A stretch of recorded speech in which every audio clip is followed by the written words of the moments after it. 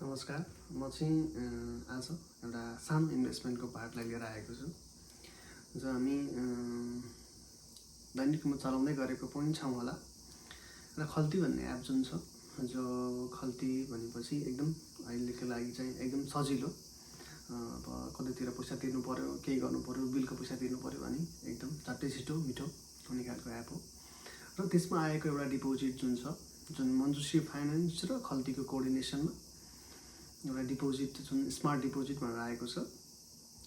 त्यो डिपोजिटमा चाहिँ अहिलेको जुन यङ जेनेरेसन जो चाहिँ सानो एउटा पैसा जुन अब डेली रूपमा खर्च हुने पैसालाई चाहिँ सेभिङ गरेर राख्ने र अब त्यो एउटा कतिको राम्रो हुनसक्छ त, आजको डिपोजिटले भोलिलाई के दिन्छ त भन्ने कुराहरूलाई कुरा गर्दै गर्दा एकदम राम्रो एउटा प्लेटफर्म आएको जस्तो लागेर एउटा सानो भिडियो बनाउँदैछु। जुन प्लेटफर्ममा चाहिँ हामीले अब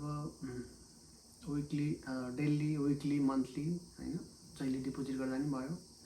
र हामीले कति सकिन्छ त डिपोजिट गर्न, 100, 500, 1000, 3000, 5000 जति गर्दा पनि भयो।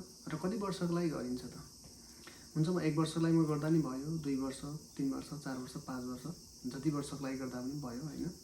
त्यसैले गर्दाखेरि एउटा राम्रो प्लेटफर्म हो भनेर चाहिँ एउटा यङ जेनेरेसन जो चाहिँ अब आजको लागि एउटा स्यालेरी अर्थात् केही निर्भर भएको मान्छे जुन चाहिँ अब भोलिको दिनमा चाहिँ एउटा सानो एउटा आफैले केही गर्ने एउटा प्लेटफर्म बनाउन सक्छु भन्ने चाहिँ सोचमा हुनुहुन्छ भने एउटा राम्रो सपोर्टिभ पार्ट जस्तो लाग्छ मलाई। त्यसैले गर्दा यो भिडियो बनाउँदैछु। खल्ती भन्ने एपको एउटा लिङ्क पनि मैले तल दिएको छु, सिधै तपाईँ खल्तीको एपमा पुग्नुहुन्छ। त्यसैले गर्दाखेरि एपमा गएर एप ओपन गर्नुहोस्, ओपन गरेर तल स्क्रोल गर्नुहोस्, फाइनेन्सियल सर्भिस भन्ने आउँछ, फाइनेन्सियल सर्भिस भित्र छिर्नुहोस्।